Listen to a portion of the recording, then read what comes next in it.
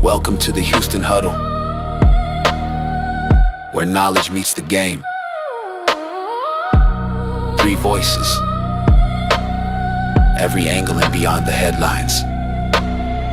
Xavier Houston is a sports encyclopedia of knowledge, with a deep inside look at the recruiting landscape, from prospects to pipelines. He sees the whole board. Simeon Houston brings it play by play, thought by thought, breaking down the game with logic, clarity, and a deep understanding of how all the pieces fit together.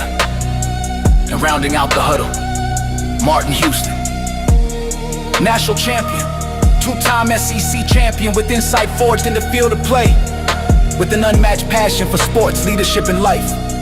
Together, they take you from the locker room to the field, to inside the huddle. 3 voices,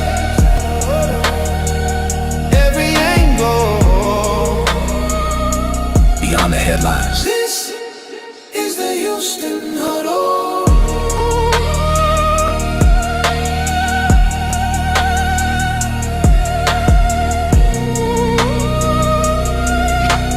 Now it's time to lock in. It's time for the huddle. The Houston Huddle.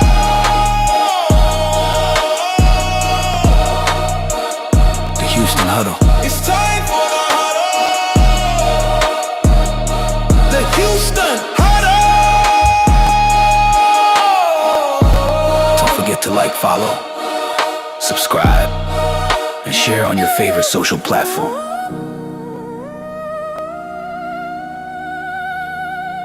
And let's get in the game. Let's get in the game. It's now time for the Houston Huddle. We're live, local, and ready to get things rolling. What's up, X? How you doing, man? Doing good. Hopefully Alabama fans are feeling better 12 hours later than they were when we got off the air this morning, as P. Fields mentioned. It's been a lot going on today, a lot of good things for the Crimson Tide, and a lot of news to get into, from the recruiting portal to player retention. And we're going to dig into that. As you can see, we are currently down the youngest of the bunch, but hopefully he'll be able to join us in about 30 minutes or so. But we've got some stuff to talk about as well. We're going to talk a little Curt Cignetti as well, and refinement of the process, the Nick Saban process, and why that has been beneficial to Indiana. But found something out today that he will repeat, and so will that hurt what happens down the road at Indiana? Yeah, and that's what I think you're kind of hitting on what I was talking about earlier, talking about, Kirk Cignetti. But hey, guys, welcome in. So glad to have y'all in tonight. Make sure you like, follow, and share the Houston Huddle on all of your favorite platforms. And I mean, on the platform that you follow. And also, for those who may be new to the Houston Huddle, don't forget to like, follow, and share the Martin Houston Show that Xavier and Simeon and I host every morning, Monday through Friday. You can find that on Alabama Sports with the Martin Houston Show. Just type in one of those, and you'll find us there. But when we went out there, man, it was feeling kind of rough, but we are feeling a little bit better now. But if you follow me, I posted and I was like, feeling better, good day, but still want to see some experience in the trenches. I think we got some young pieces. Like if this was, you know, 3-4 years ago, I would look at our sophomore and red shirt sophomore class and go, dude, you better get us now because we got some hogs coming in the trenches in the future. The problem is those guys may have to play. So we're going to talk about that, and we'll get into that. Um, and we'll talk about the Cameron thing. I'm not Coleman. I'm not sure Cam. I'm not sure they were willing. I thought what's his name take on that was interesting this morning. So we'll look at that as well. I'm trying to get. I'm going to try to play this video of Kirk Signetti, and just him talking, guys. My concern, I know a lot of people, I think it was Q Dixon that said he disagreed with me when I voiced X that I have a little concern with Kirk Snetti and his ability to repeat again what he's done this year and whether it's going to be able to be sustainable. Now, I'm going to tell you, 5 weeks ago, 6 weeks ago, I couldn't stand to like see this guy talk. I mean, like it would bother me when I saw him be interviewed, and he wasn't even my coach. It wasn't even nothing. It grated on my nerves, and it's so weird. And that's when I said I believe he has has some tism in him. Mhm. And now that I have like watched him before we played him, watched him when we played him, watched him after we played him, and now he is blowing up social media. Like like for me, my algorithm does a lot of stuff around either leadership or faith. Well, I can't get enough. I can't get away from Kirk Signetti and his leadership principles. And now I understand why he's had the success he's had. But what the reason he's had that success um, can also be the reason it's not going to work moving forward. Okay, so I'm gonna let him talk. Then we're gonna break that conversation down. I also am gonna go. I'm gonna give you my insight, X. I'm gonna give our maniacs some insight on what I if I was Miami, what I think you could do to beat Indiana. Uh, I don't know what you can do to stop the offense per se, but what I would do if I was playing this team offensively, if I had the Miami Hurricanes offense. So we'll break that down. And guys, the reason we're not going right into the portal is if we want to give everybody a chance to get on and then not have to go back and repeat. So we're taking a little sidebar right here. I know some of you like, hey, dude, did you see what happened today? Why aren't you talking about what's going on with the portal? I got it. We got the portal. We're gonna get to it. But we felt like if we started with the portal, we probably wouldn't get to this side of the conversation. Here is Kirk Signetti talking about his secret to success and retention, actually, is part of that conversation. Here's Kirk Signetti, Indiana's coach.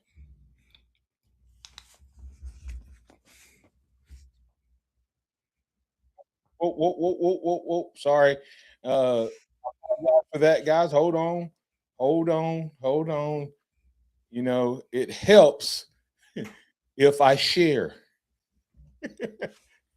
I got to turn on the share button, Xavier. So I think I got it now. Got it.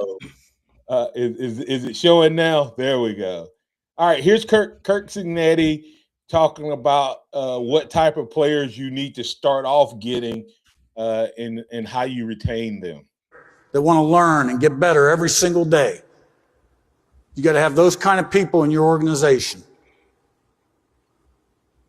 And then you got to create the environment where they can thrive. Now, here's how I operate. I'm usually in the office 2 to 2.5 hours before these guys, organizing and structuring the day so that we're efficient. When I was growing up, I didn't like when people wasted my time. And I don't want to waste the players' time. And I don't want to waste the coaches' time. And I don't make the coaches stay at night. Maybe that's why I got guys been with me so long. All right? And we start at 7:30 in the morning like everybody else. And you stay till your work's done. And I'm not checking to see who's there and who isn't.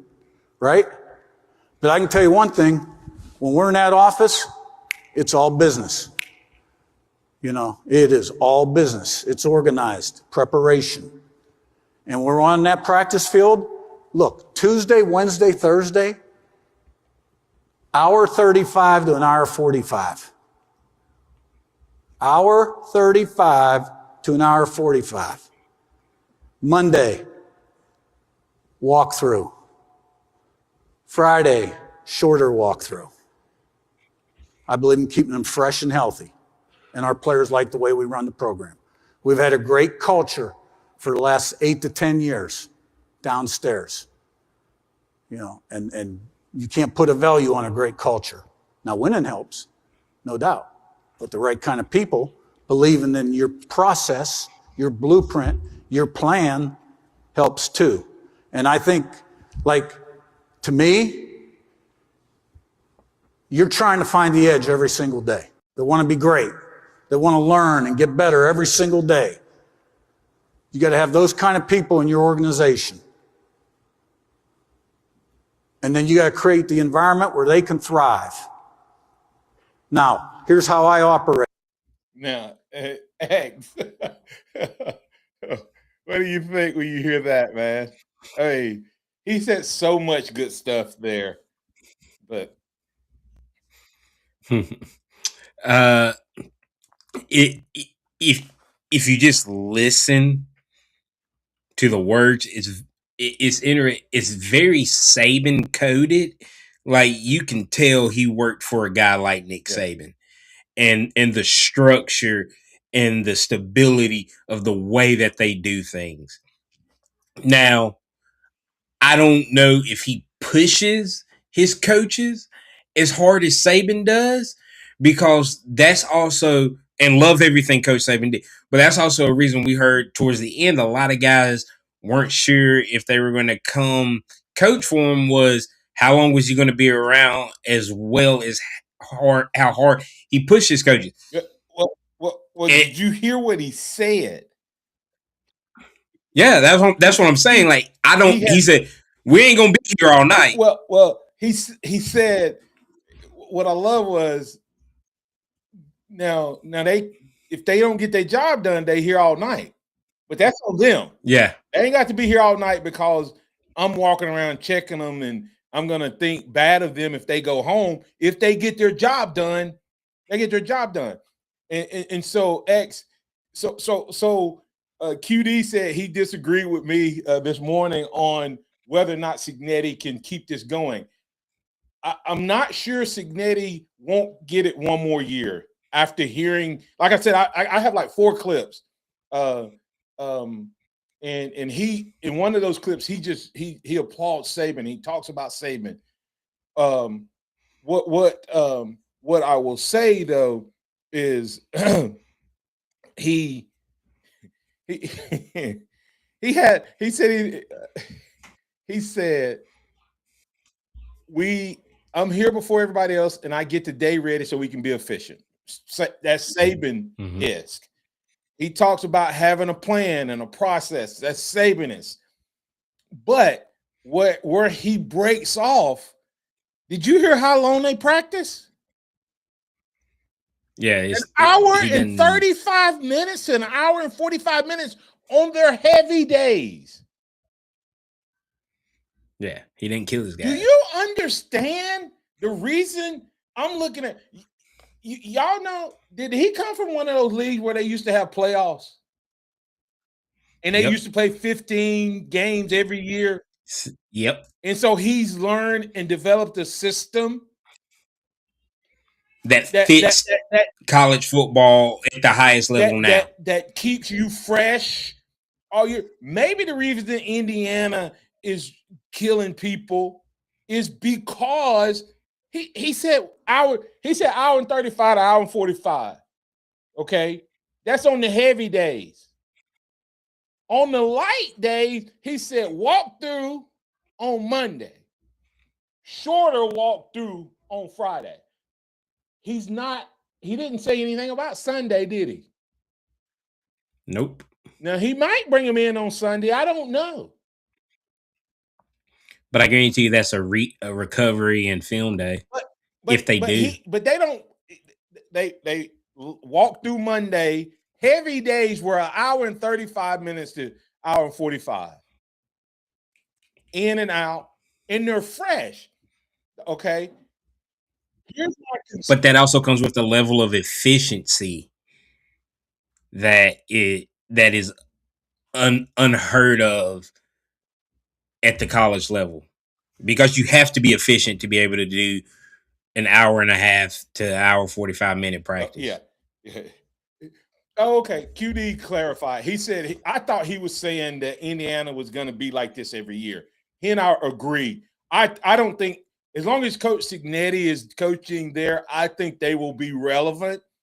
Here's my concern, the question I have for you, X, and all the maniacs listening online, is this question. Is it possible, though, that he could suffer from the Dabo Swinney effect as well? Because what you see, who would you say until the last 5 years, until Kirby kind of replaced Saban, who was the most dominant programs for about 5 or 6, 7 years? Dabo, Clemson, and Alabama, right?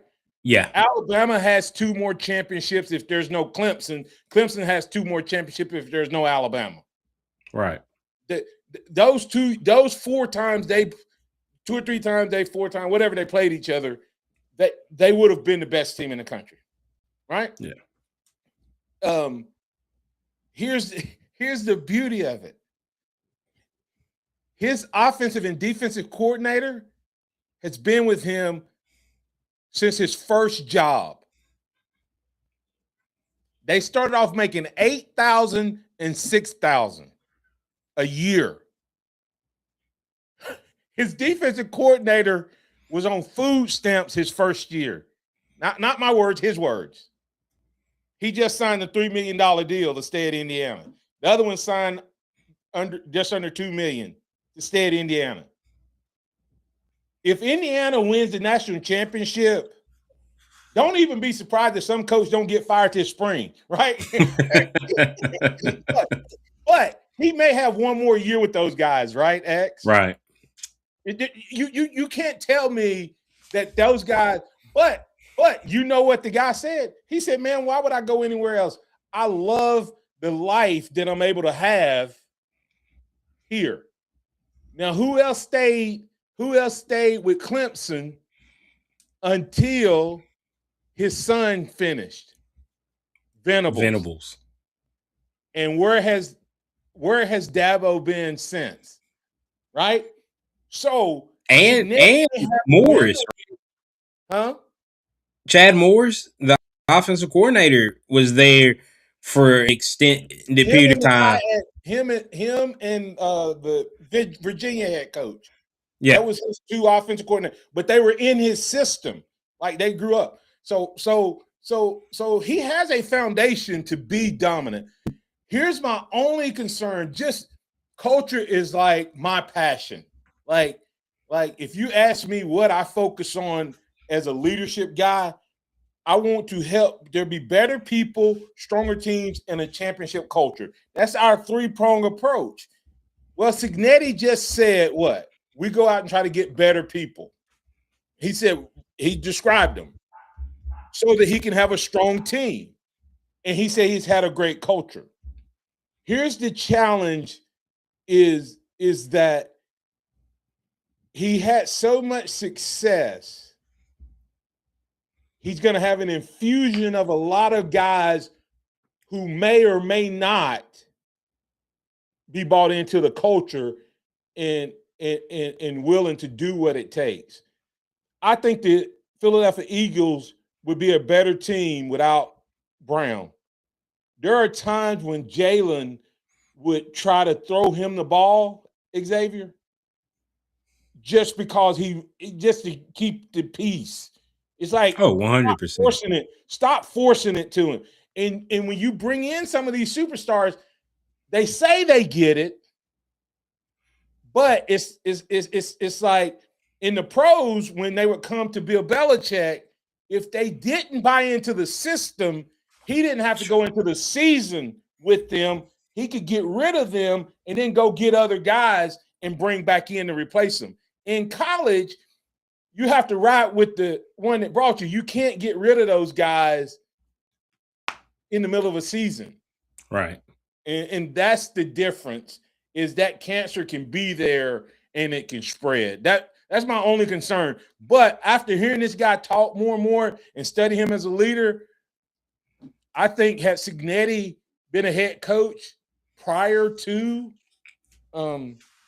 NIL and transfer portal, Cignetti may have ran college football and it'd been him and Saban. That's how good I am beginning to believe this guy is and how committed he is to his process. He's won me over. I'm eating crow and all that, but I'm still going to tell you how Miami can beat him. 100% when you look at Kirk Cignetti, and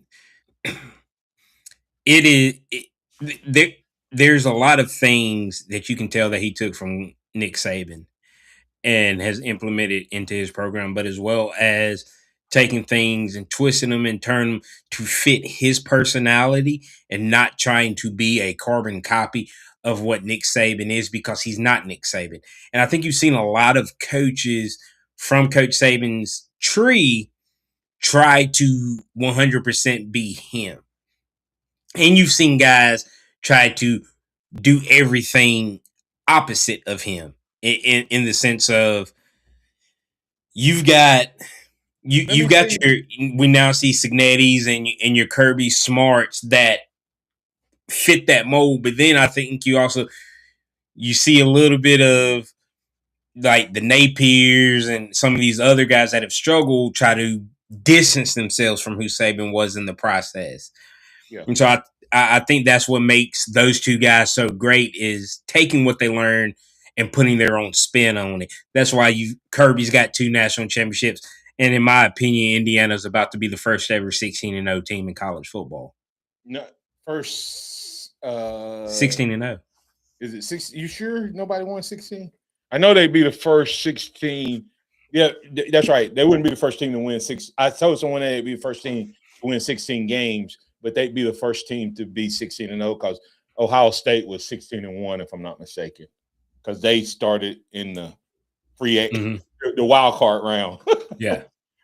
So yeah, you know, we got a couple questions. P Fields, just wondering what you meant by doesn't it depend on complexity of his system, won't fly with Saban's system. I'm not sure what you're asking, so clarify that question and we'll address it.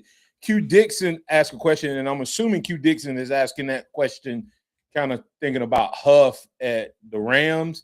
His question is, would you rather be one of the highest paid O-line coaches in college or an NFL tight end coach?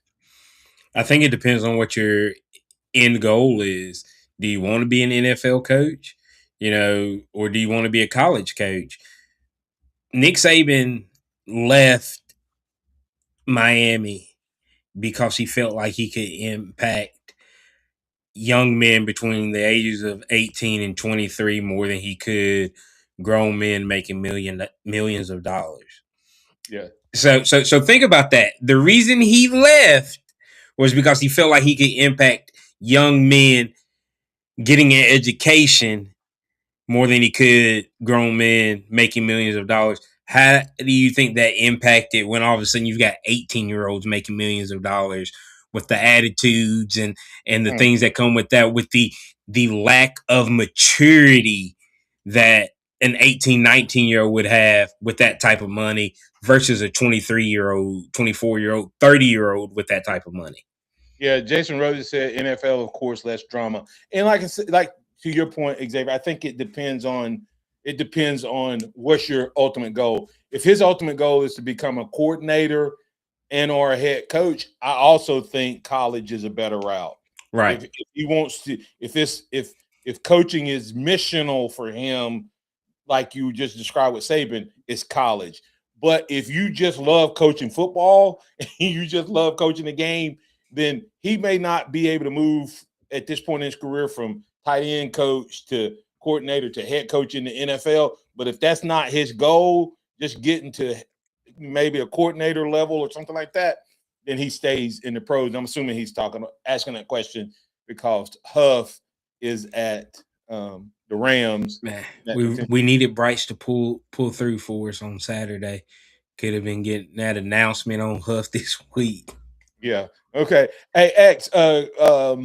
P feels clarified. He was talking about doesn't it depend on complexity of his system? Won't fly with Saban's system. He was referring to the time spent on heavy days versus light days. The detail in Saban's system so complex. I'm sure they needed more reps to perfect it, and that was part of what happened with Saban. I think down the stretch too was, he wasn't getting to keep guys in the system as long, and guys were transferring out and things like that. But I think that I'm not going to say what's the name system isn't complex. Indiana's defense appears to be extremely complex in the front seven. Undoubtedly it must be extremely complex for offense to figure out because they seem to create chaos. And you can't the way they loop and stunt, and I've been studying it. They pick players off, Xavier.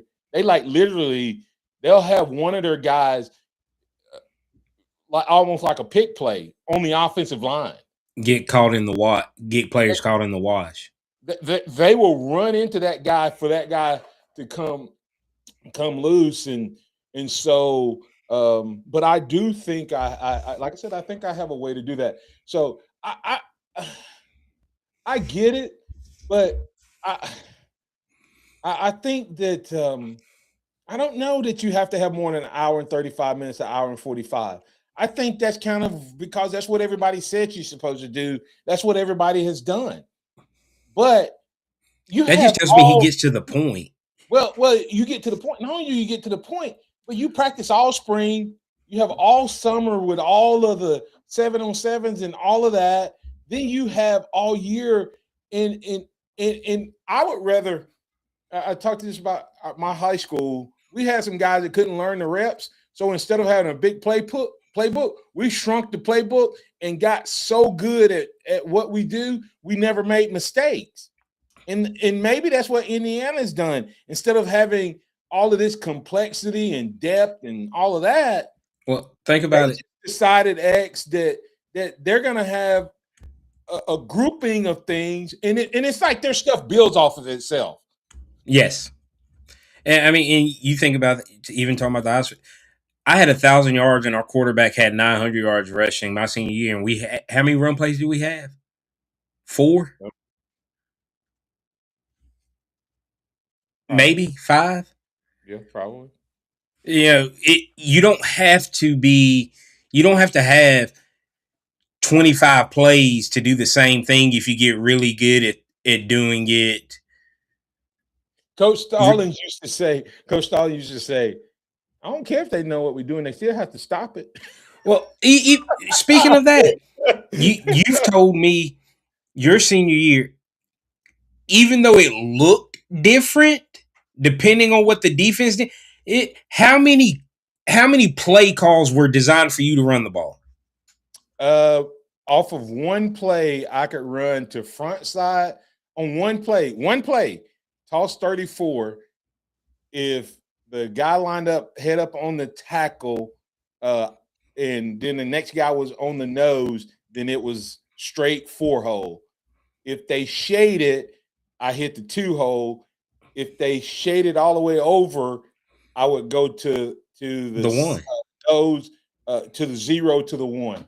So that one play looked like 3 different. I mean, and it was called, and so I knew that based on their alignment, Where the hole was going to be. You had to stop.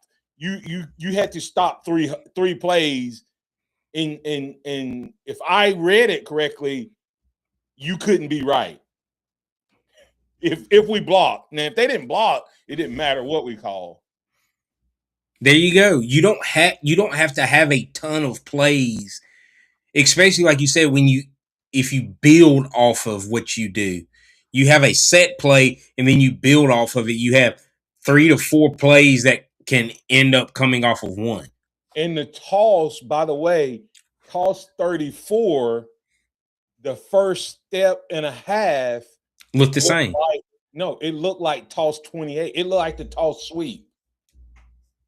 In other words, my motion on toss 34 was the same motion as when we pitched it to the running back. The quarterback would turn. He would turn to pitch it to me. I mean, act like he was going to pitch it to the tailback, and then he would hand it off to me. So if you were reading it from the defense, you didn't see you thought the quarterback was throwing the ball that way, and you would scrape, because my first steps was just like that, 1, 2, and then turn. And then I knew which way. And that also gave me the time to read what you did on defense. So that one play looked like it. Then we had a toss, and then you bootleg back the other way. And that's building off of one play. Right. And that's what I think they do really well. And we also had a toss where you didn't get to the 8, you went to the 6. So all of that looked the same until it wasn't, right? So but here one X, before I show these plays, I want you to talk about the one thing that Cignetti has. I don't know if everybody has heard this or not, that he will not, no matter how good he is, he will never be able to duplicate this again, and this could be the perfect storm. Yeah, so this is one of the craziest numbers thing I've ever seen, especially at the college football level, and because of the end of the COVID year era, guys, and I think you'll start to see less and less guys continuously get 6th and 7th years now that COVID era guys are out of the way. And just for 2020, you had to be in college in 2020. So you had to be a true freshman to redshirt senior in 2020 to get that year. Well, 2020, 21, 22, 23, 24, 25. That is 6 years. And those guys are running out of time. Carson Beck, we talk about him in his 6th year because of COVID. But there are, in the NFL, there are 140 players that are 21 or 22 years old. Young guys, right? Indiana has 47 players that are between the ages of 22 and 25. And to put that in perspective, some of the older guys for Alabama would be Deontay Lawson, Ty Simpson, that are 23. And those are the old guys on Alabama's team. And there's no telling how many 24, 25-year-olds. It didn't specifically give the number. But 47 guys, more than half of their roster, are as old as you were, Dad, as a senior in college or 3 years post-college. Yeah, I was going to say, you need to understand. Look at that stat right there. 47 guys between the age of 22 to 25. That is 47 guys on this roster that would have been in their 5th year, 6th year, or 7th year. I was a 5th year senior, and I graduated at 22. so he won't ever be able to duplicate that again. But to his credit, X, he took advantage of it. So He did, and that's why you were able to see Indiana go from 3-9 to 2 years later they're playing for a national championship. yeah. And the question is, P. Fields said, "Wow, he's going to need a complete rebuild next year." A couple of those may actually have some of those 22-year-olds will We'll be be back. back. Some of them, not all of them, but he still is going to have an older team. And the thing about it is he's replacing them with with older players. 3 guys with 3 years and up, post high school. But okay, X, you ready? You ready for us to talk a little, break this down type of football? Okay, all right. Now, y'all hear me out. Indiana is legit, but there's a couple things, and I don't know if teams have this in their playbook or not. But you have to have different blocking schemes. Okay, some are zones blocking, some are zone blocking, some are power blocking. Others, I think you have to go with a man scheme on the run in the run game with Indiana. You have to have a man scheme in the run game. Okay. And you have to go to the line with a check with me on every play. Okay. You go to the line of scrimmage with a check with me. The check with me could be, okay, I'm not gonna focus on how we can pass against Indiana. I'm gonna focus on how we can run the ball against Indiana. That's what I'm talking about tonight.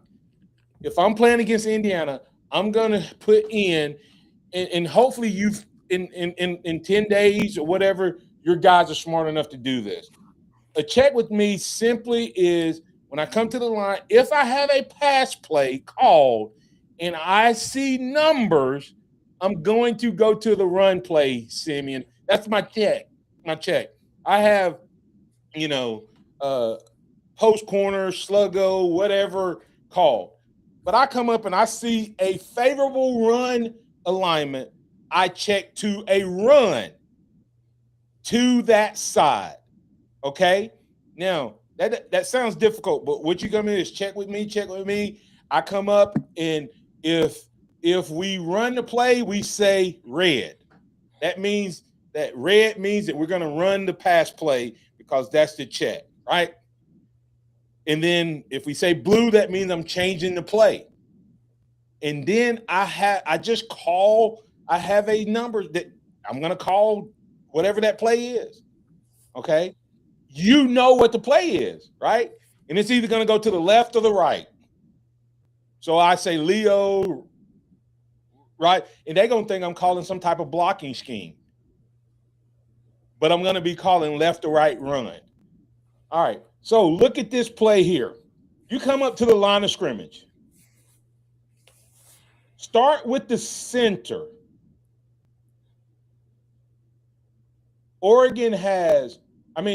Indiana has 1, 2, 3, 4 guys to the left of the line of scrimmage.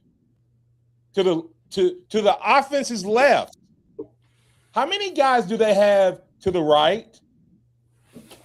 2. They have one guy on the 30-yard line. He's not even in the box. I come out and I check with me, and now we're going right, and I'm going to have a man blocking scheme.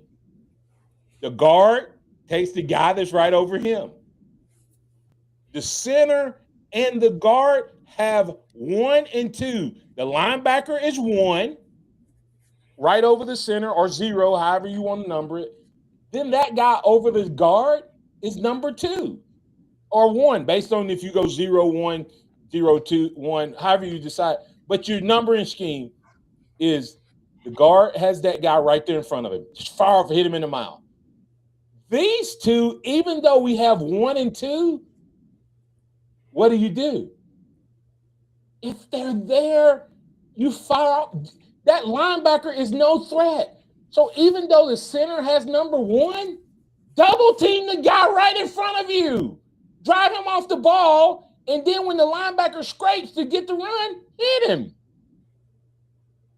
This guy that's down here in the dirt, let him go. And go up and get this linebacker. If this guy is the outside guy makes the tackle, shame on the running back. Right? So watch the play.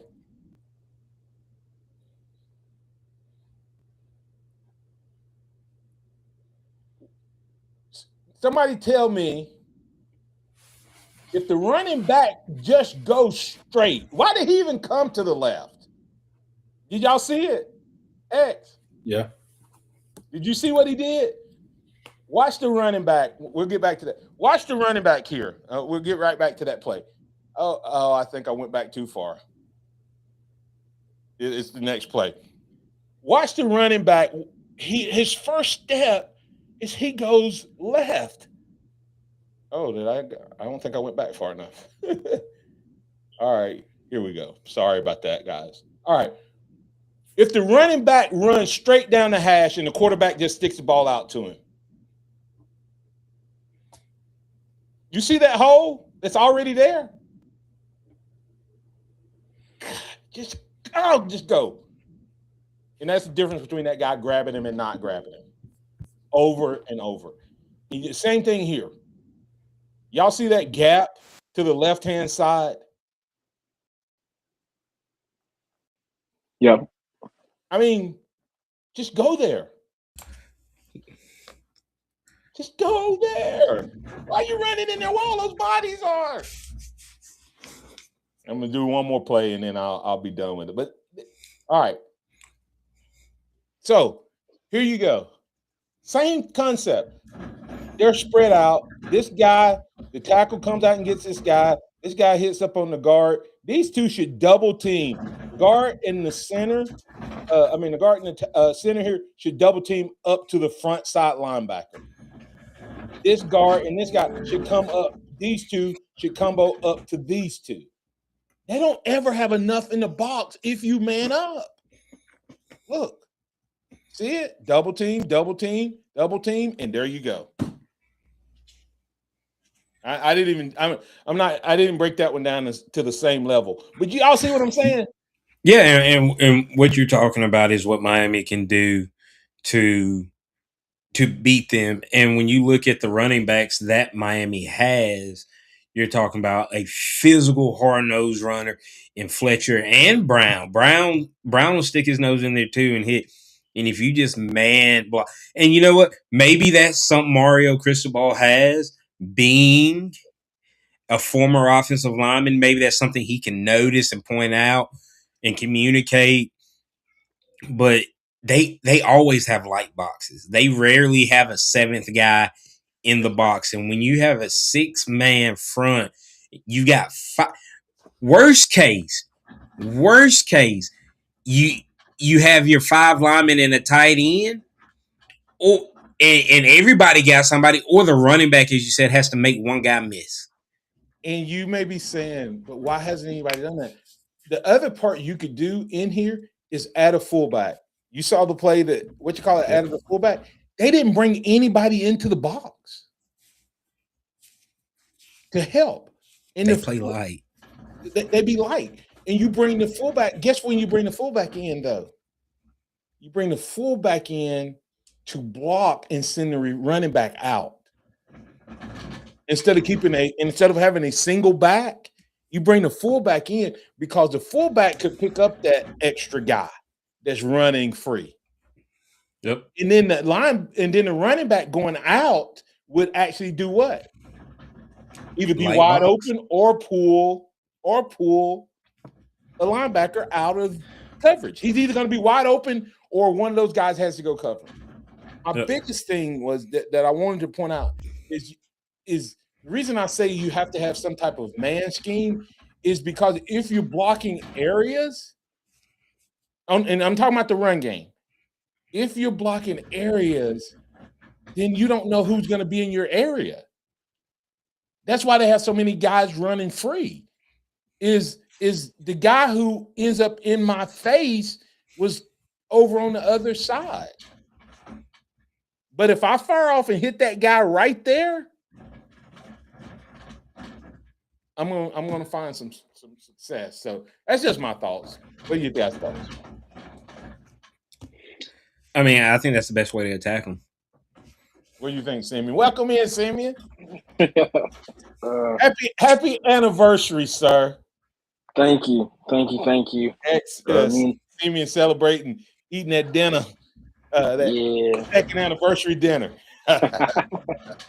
Yeah, glad to be on, but I think Miami is the one team that matches up the best with Indiana, strictly because of their willingness and commitment to the run. I don't think they've played a team that's been committed to the run as much as Miami will be. And so I feel like a lot of teams have ended up abandoning the run earlier in the game. Miami won't do that because, one, Carson Beck will – they don't want Carson Beck to have to win the game at all. Right. And the offense – and they've talked about it in the past couple games in the playoffs where the offensive coordinator has called that. What's the best defense in the world? Good run game. The offense that can control the clock, right? Think about how dominant our defense was in 92. Well, a lot of times they could get rested up. I mean, and the clock was going to be running. Think about Saban's best teams from 08 through 15, pre-Tua. Yeah. And how good those defenses were. Why? Because we ran the football. Yeah. And Q Dixon said people forget that Iowa had Indiana beat. And that's such a great point. Had Indiana beat. That's the only team that won or tied Indiana on the line of scrimmage. This team can be beaten. He also came back and said, let's see, what was the next one? Miami has the physicality, to your point, Simeon and Xavier, to match Indiana teams who have almost beaten them, Ohio State and Iowa and Penn State. Penn State ran the ball. Had them beat, yeah. Penn State ran the ball on them. And so this team can be beat, but you can't make mistakes, okay? And that's the thing. If you go in and you're anticipating getting some type of advantage because they make a mistake, I wouldn't count that as part of my strategy. I mean, I would. Yeah. Did you see that they haven't lost? They've had 900. It was 56 when Mendoza fumbled, but they didn't lose it. They lost a fumble on, I think they said, the 15th play of the year. It was somewhere between the 15th and 18th. I can't remember what number. And they've not lost a fumble since. Okay? So at that point in the game, I think they ended the game with 1,000 plays without a fumble. That's insanity. Okay? Without a lost fumble. Okay? And the quarterback has 6 interceptions, right? Now, y'all remember what we talked about? And I know we're getting ready to transition to. We saved the portal for you, Simeon. But we talked about him not having good games in terms of the good teams. Y'all know that. Y'all know he only has 4 incompletes, 3 or 4 incompletes.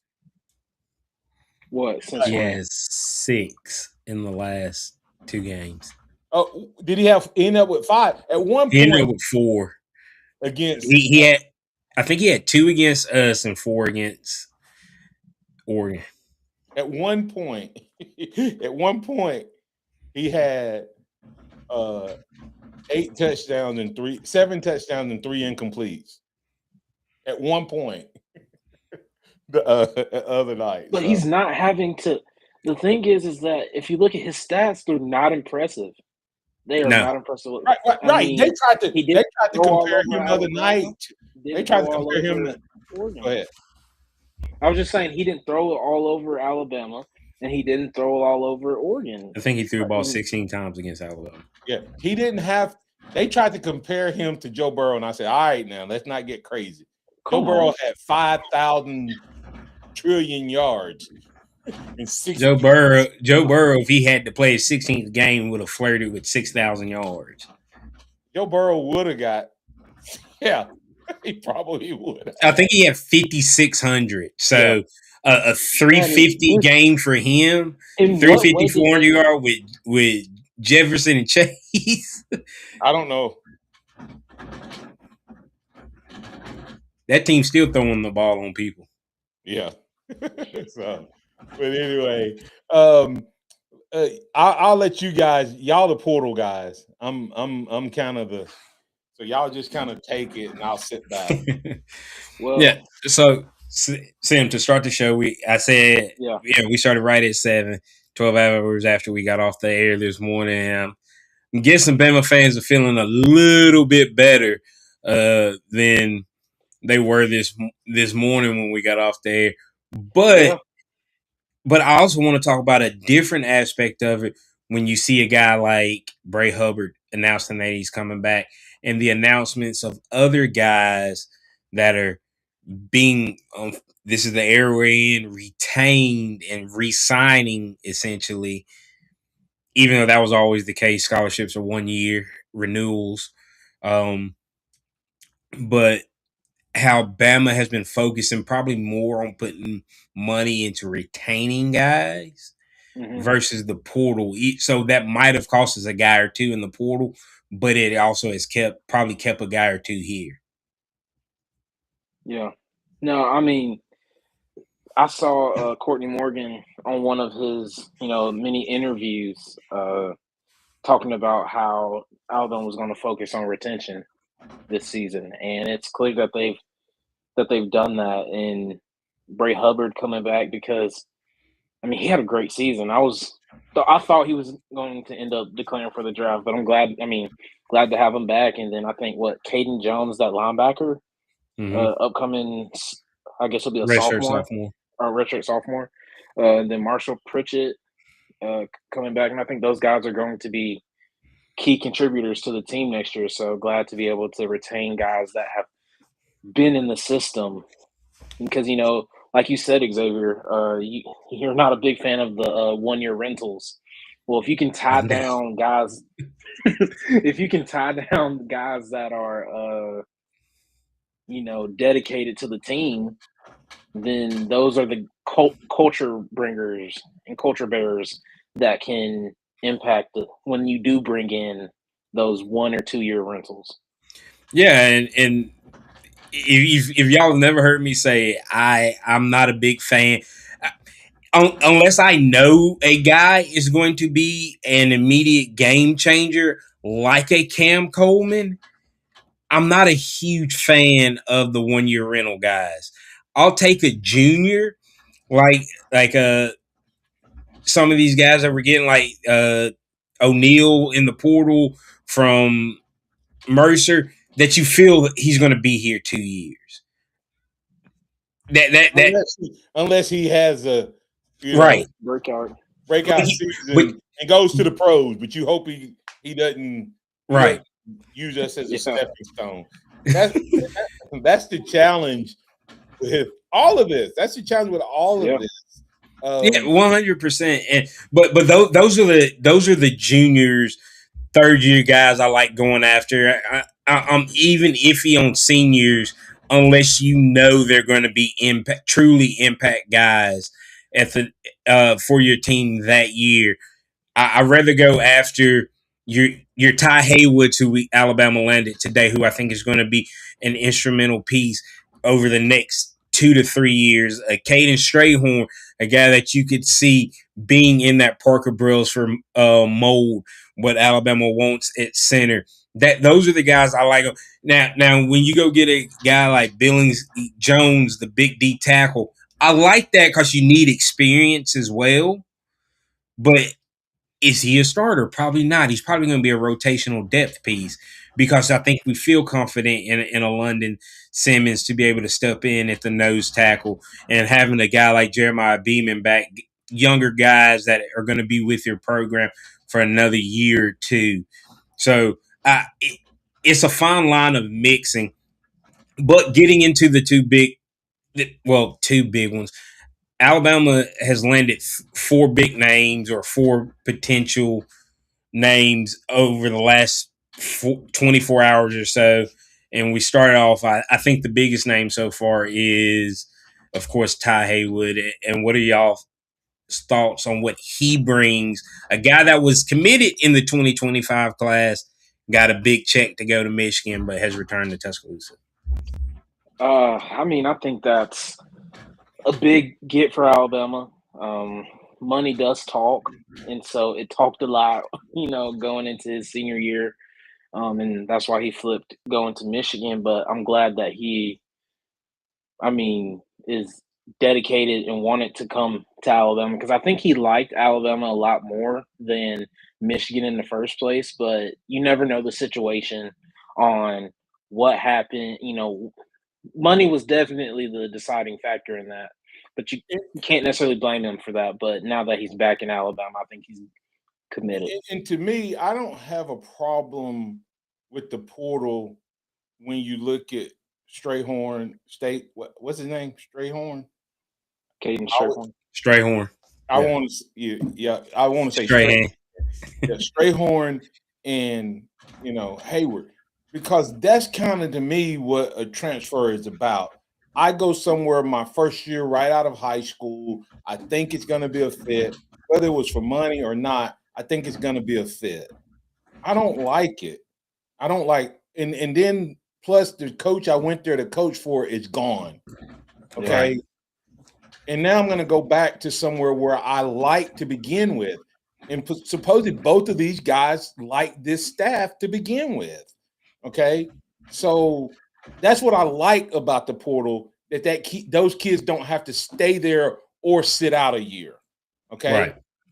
Right. But here's my concern is we just sat here and talked about 47 guys at Indiana, 22 to 25. I don't want to go into a season hoping that we landed on a bunch of, guys like Saban used to land one a year.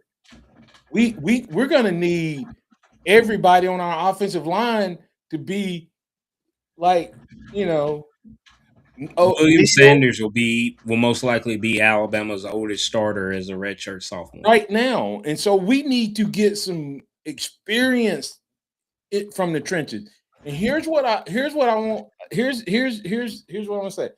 O-line coach that they may be bringing. Okay.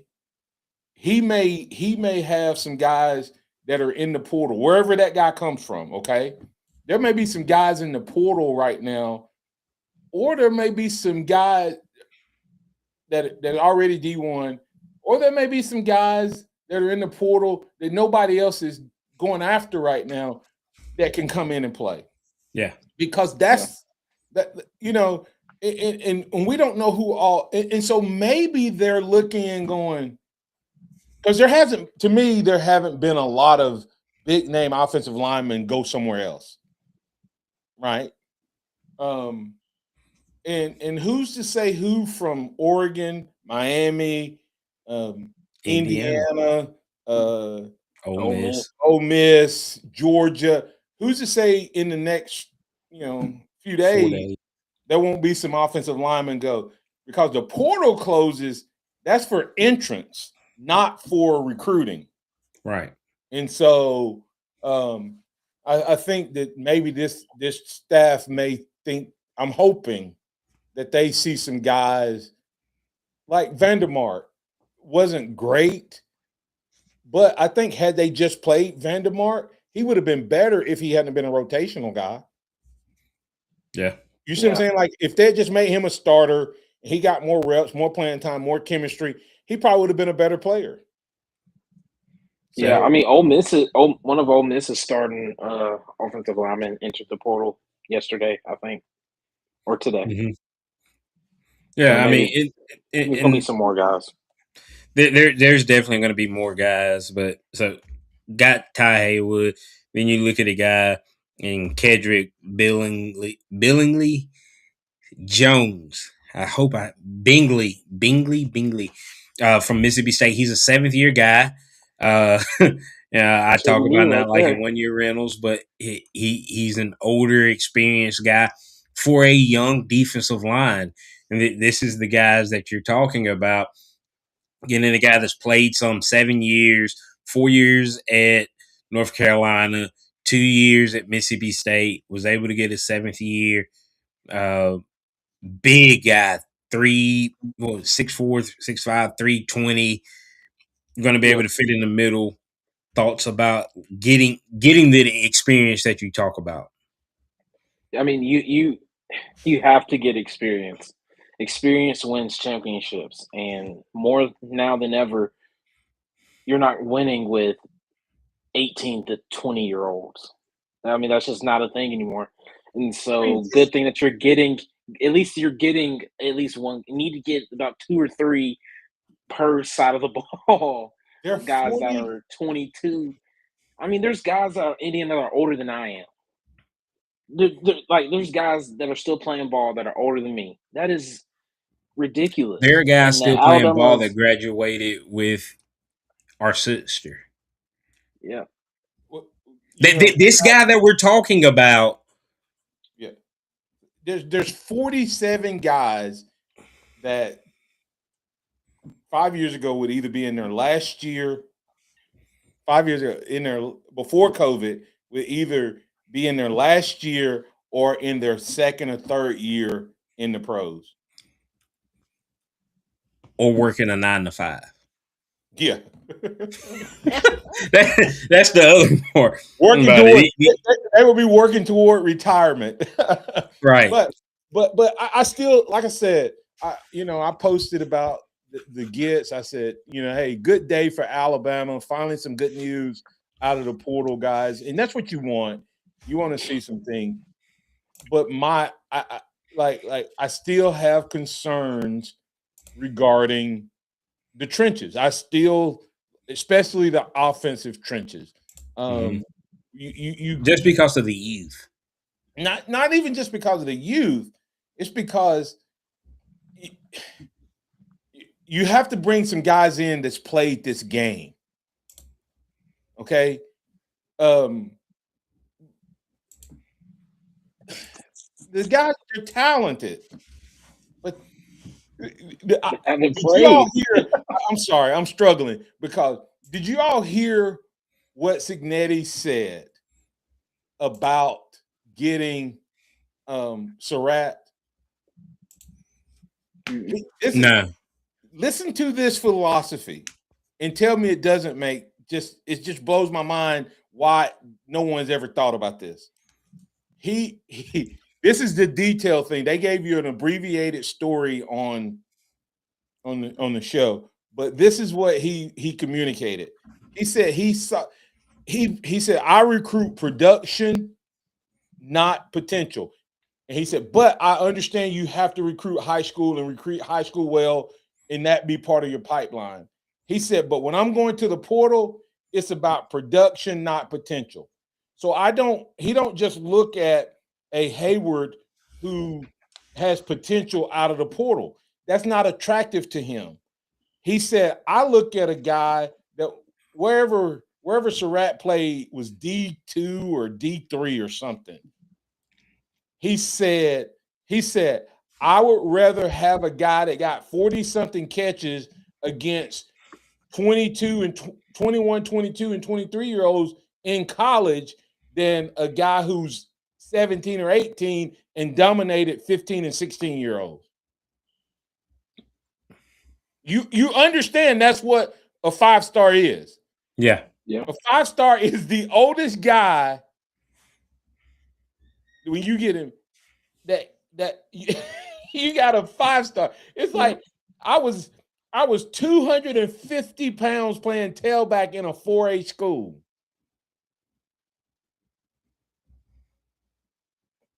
I averaged 10 yards to carry. They said they wasn't sure if I could play football if I was just big. And that was a fair assessment, right? Yeah. And when I came to college, I was good enough to play. But when I graduated college, I would even give my freshman self a scholarship compared to how much better I was. I mean, I know that's I would look at the person I signed out of high school. I'd be like, you might want to go play JUCO or something for a couple years, sir. And now coaches have that option. You see what I'm saying? Coaches used to not really have that option except for JUCO. Right. But now they can look at your roster and see guys who have been in the weight room for 3, 4, 5 years. Yeah, I mean that's but the experience reps, and we're not getting any reps on our transfers. Yeah. And even think about it, if like for Wilkin Formby, the floor that Wilkin Formby has at Texas A&M now as a redshirt junior is so much higher than it was against when he was at Alabama for that USF game last year. And so the production level that you're going to be getting at his worst is 100 times better than the floor when he was at Alabama. And so just think if you got all your guys were at that level, right, day one. If the well, worst, I mean, when you think about the offensive line, that's what you're talking about. You're talking about the offensive lineman Alabama lost in the portal. You look at an RKL Angle, redshirt junior. Wilkin Formby, redshirt junior. Olau Saline, redshirt junior. Rock Montgomery, redshirt junior. Joseph Ionata, redshirt sophomore. Now, the difference is that those guys, and Wilkin was the only one that played, right? True, but they got those 3 going on 4 years of being in a collegiate weight room and getting reps in practice. But the question you have to ask yourself, are you bringing them in? Is, are they? Did they were on a team at Alabama that had the worst offensive line ever, and they couldn't get on the field, so they must be really trash, right? That may be what you're saying about them, right? So to me, a fourth year guy that hasn't played at all is a lot like the Hayward and Strayhorn. Wilkin is a different category. Yeah. Some people may hate Wilkin Formby and may say he can't block. But one thing I know is I've seen him block in the SEC versus a high school kid or a kid that had potential 2 years ago or 4 years ago who hadn't done it. Give me that guy. Right? And that's what these other programs are getting in the trenches. We're getting that at wide receiver. We're getting that at DB. But it doesn't matter if you can't handle your business in the trenches. Yeah. 2 teams is playing right now. Who do you think has the best offensive line and the best defensive line in the college football playoffs? That's the matchup to watch. They're playing. Right. That's the matchup to watch. Miami's defensive line is probably the best defensive line. Okay. Right. Indiana's offensive line is probably the best offensive line. Okay. Indiana's defensive efficiency is probably the best. when it comes to the chaos they like to cause. Miami is the most consistent run game because of their line. I mean, it's like when you start thinking about it, well, crap, same thing that won 35 years ago still wins today. And that's why I'm saying Miami might do this thing, because I don't know if Indiana has faced a team who uses their playmaker the way Miami uses Tony. I don't think so. Who does Miami? Who has Indiana played that has that type of play? I know we've jumped from Alabama, but you see what I'm saying? Who? That type of player? No, Alabama no. used You gotta properly. get this. No. Use this. Yeah, I no. said But use that type of player. None. no, that's what I'm about to say. Alabama has that type of player. Miami uses that player correctly. But that's my thoughts on it. But continuing the portal talk. Yeah. What? But continuing the portal talk, because we'll rabbit hole that. Noah Rogers, former top 40 player in the country in the 2023 class, commits to Bama, wide receiver, 6'3", 200 plus pounds, big frame. Bernard 2.0. Well, I said Bernard 2.0. Simi thinks he's Bernard 2.0. Why do you think he's Bernard 2.0? I mean, if you watch his highlights, but similar build. I think he's a guy that you can also play like Alabama's played Bernard. Hopefully, Ryan takes over those plays. But if Grubb falls in love with Rodgers, I'm sure Rodgers will be used all over the field. And you know what? AC Wolfram, I just thought Alabama has two players like that. I'm sorry. I thought about it. Latia Brooks is the same type of player. I'm sorry. I told you we'll wrap it whole. Latia Brooks is the same player too. But besides the point. Now I like him. I think he'll be more of the Isaiah Horton. Now, granted, Derek Meadows could take a step. Sedarian Morgan can come in and impress right off the bat. Those are two big body wide receivers. Who knows how those guys work out? I just know moving forward with this wide receiver, we have to. We're talking about getting depth in the offensive line room. Well, we have depth in the offensive line room. We need experience in the offensive line room. We still need depth at the wide receiver position. We've got 6 of them. Now, the 6 we got, I like a lot. But we need 2, maybe 3 more guys, even if they just are depth pieces to keep guys fresh. Yeah, and to me, maybe we don't. Maybe we need 3 really good ones and 3 backups, and run some more tight end to help our run game. Nick Saban used to always talk about you create that C and D gap. When you have a tight end who you can put at the end of the line of scrimmage, you make the defense have to cover more ground. Right. So you put that tight end in there, and I think we got some young studs coming up in the tight end room. Caleb Edwards. 100%. But before since we were talking about the O line, go ahead. Yeah, Caleb Edwards. I like him. Yeah, and what's his name? Q Dixon responded to the O line conversation we're having, and you guys respond to that. O line room is full of young, inexperienced talent. I truly believe this coaching staff is approaching O line just like they approach the young secondary in DeBoer's first year. I think they are accepting there will be growing pains in the O line. That's cool and all, but fool around and let Alabama go lose a game because of that. The growing pains. He should have done that this year, because this is your third year is the year you probably shouldn't be, unless there's been some type of agreement between him and Greg Byrne, which I think there is. He's not going. I mean, they're not going to fire him this year. I don't think. They're not.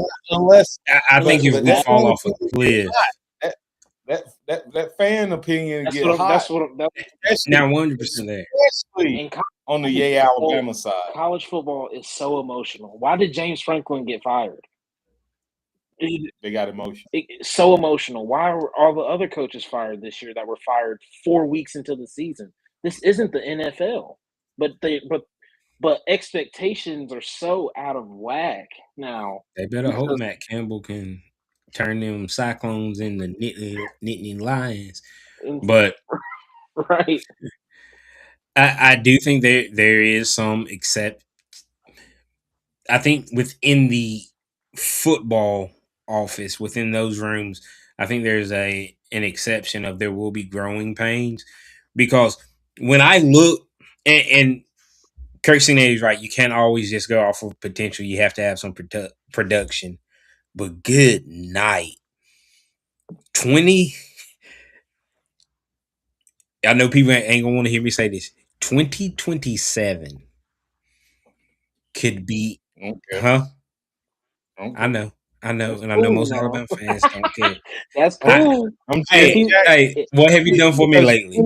But if Alabama wins 10 games, if Alabama can fool around and win 10 games this year, get back. No, Hold no.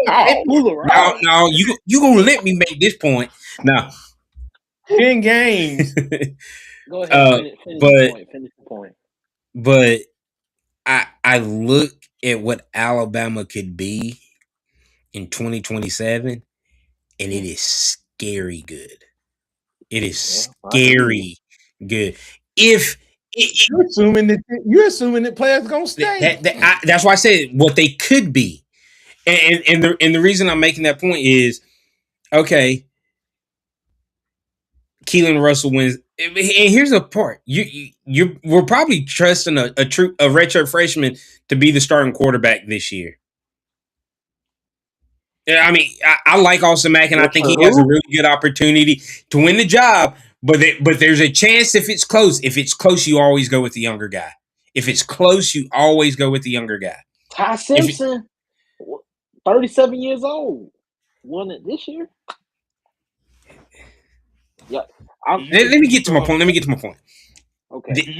This offensive line in 20, and really what I'm talking about is the offensive line. The offensive line in 2027, if we're able to survive the lumps of 2026, is an offensive line that could be scary good. I don't know if we will be able to survive it. I'm saying this now in January because I'm feeling good. I'm feeling good. Yeah, you're feeling great. But the fact that you're making that point. Holler at me in October. I might have a different opinion. Yeah, the fact that you might not make it. The fact that you're already looking at 2027, what we could be. I know, and hey, I don't know if I've said this on air yet. 2026. I don't know what it's gonna be. Don't say it. Don't say it. I'm gonna mute you. It's gonna be I think it's gonna be a down year. If it's the down year, we're looking for a new coach. But when I say down year, how far I'm thinking, is that? How many wins is that? 9. If you say something. See, but my personal thing about it is that Kentucky's picked up a lot of good players in the portal. So Alabama has Kentucky starting September 12th, and so it goes from that to Georgia, Tennessee, Texas A&M, and LSU. Huh? That's 5. That's 4 straight games. Say the next 3. Georgia, Tennessee, Texas A&M at LSU. Yeah, go ahead and let that offensive line struggle for 4 straight games. Go ahead. Tennessee ain't got a quarterback, and Ty Simpson going to the draft. They ain't gonna be able to pay him all that money. Let Ty Simpson go to Tennessee. Pull back out of the draft. Yeah. or Miami or wherever. But I think the biggest thing is we prepare to close out here. Oh, real quick, come to talk to you, got competition. Oh, he threw. Yeah. He gone. Come to talk to you, got competition. He may go in the portal. He started playing football. Lorcan Quinn. Lorcan Quinn is his name. He's Irish from the island. That's what I'm talking about. When he got us a kicker from across the country, from across the ocean. Now he played at Marshall this past year, but he's only played 1 year of American football. Soccer player. And those guys, we had an exchange student my senior year. He when we gave him the football, the kick, he laid it on the ground. Uh-oh. And we looked at him, and he said, "What am I supposed to do?" And before you said, he kicked it, and we were like, "Yeah, let's put that thing on the tee, buddy." I think he may still hold the records at the school. In high school, I don't know. They've had some good teams. My high school, they've had some good kickers and good teams since then. But here's what I was going to say, X and Sim. Is it possible that Keeley left because Alabama may actually be looking at changing their defense? Because there's the question somebody had for you earlier, X, regarding the end from Missouri that we're going after. Damon Wilson. Huh? Damon Wilson. Right. Yeah. Is it possible that they told Keeley he was going to even have to move down further inside? Is it possible that you could see Alabama? Look at Indiana's front, and look at the chaos they're able to bring because of their athleticism. And if you don't have athletic offensive linemen, you can't block Indiana unless you have a man scheme or a downhill scheme. If you're trying to block it in zones and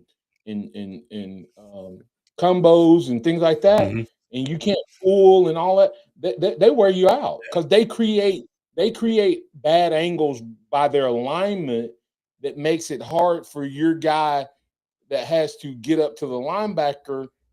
They'll put a guy in a gap, and then you're thinking I'm going to come up to it, and he'll run into that guy, and then you run into him, and then the linebacker's running free. Yeah, that's what they create. So is it possible if it that is Keeley left because he was being told he may have to push inside, scoot down a little bit more? Because where would you put a guy like that if you bring him in? See, but then that makes me go, why did Quay Russaw leave? Did Quay Russaw leave because him and James Smith had a pact? I mean, did they? But Russaw went in first. Smith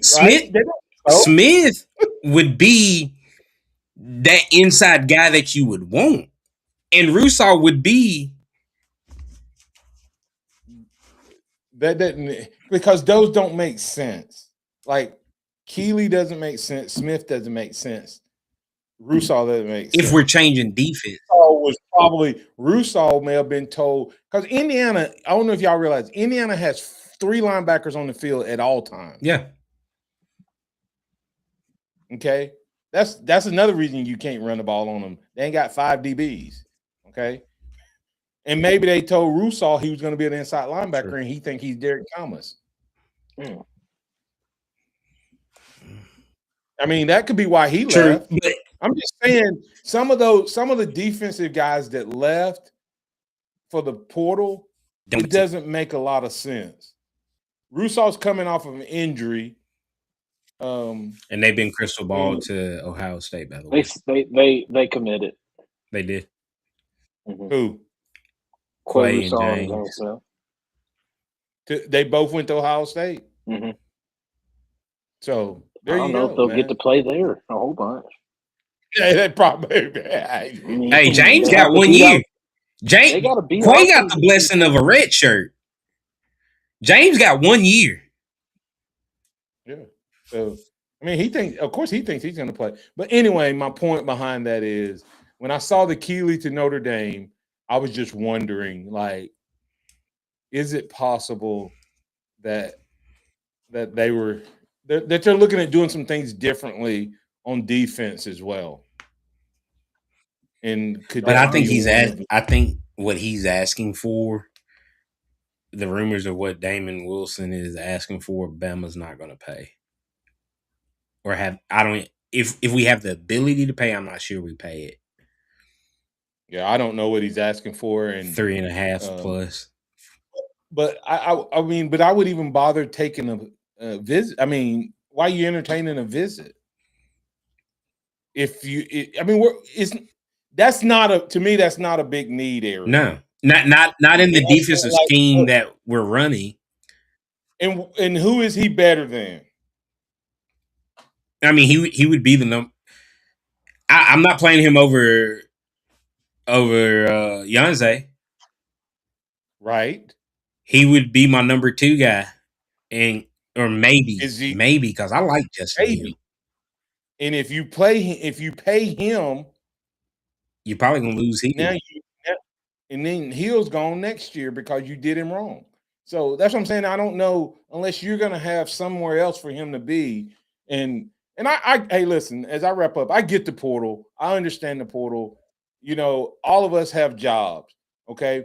And if you go to your job and you do a great job, you're like the top dog, you're gonna get a 4 to 6% increase because you did such a great job. You're gonna get 4 to 6%. But if the company down the road is hiring and there's 10 companies in your town that all need what you do, you're gonna get a 50% or a 35 to 50% increase. Mm-hmm. You always get your biggest increase when you jump ship and change jobs. Right. So it takes the people who stay in their job 20 years to get what someone is willing to leave their job. 5. Get, and then guess what? Then they'll come back and be working in the same job, making $15,000 more than the person that stayed. Mm-hmm. That's where the portal can create some problems for the coaches who bring these players in. Right. And to wrap up the conversation, I think it's really important to notice when we're talking about the portal and guys leaving. If you look at who has left since Coach DeBoer has been here in his 2 years, it's been guys that played for Nick Saban. When you look at the 2025 class, one guy left. One. And you're getting guys from that 2025 class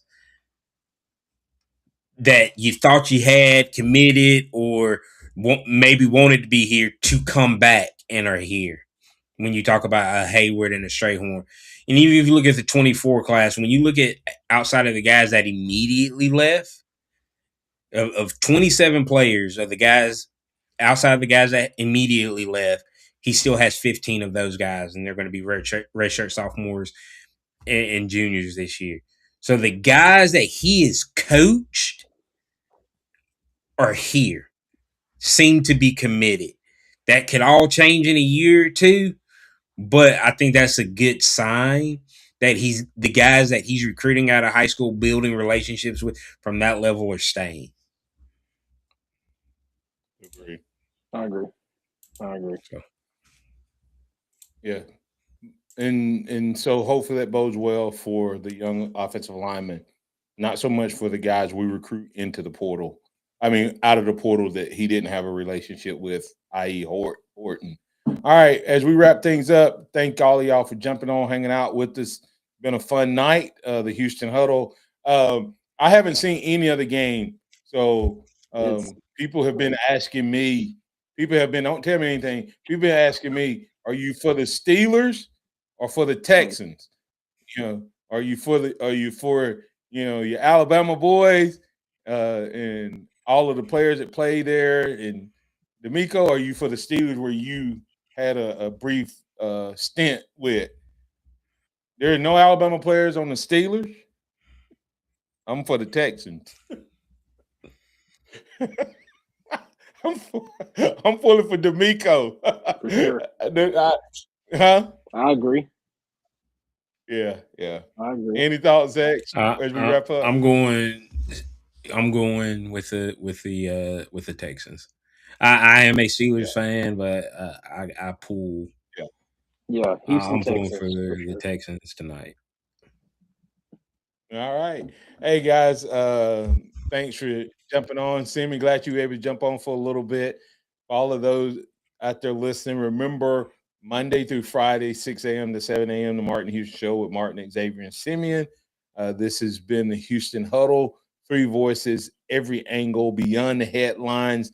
We do this once a week or so. We appreciate you guys jumping on with us. We'll let you know the next time we're dropping a podcast. But in the meantime, follow, share the Houston Huddle. We appreciate you. Roll Tide and have a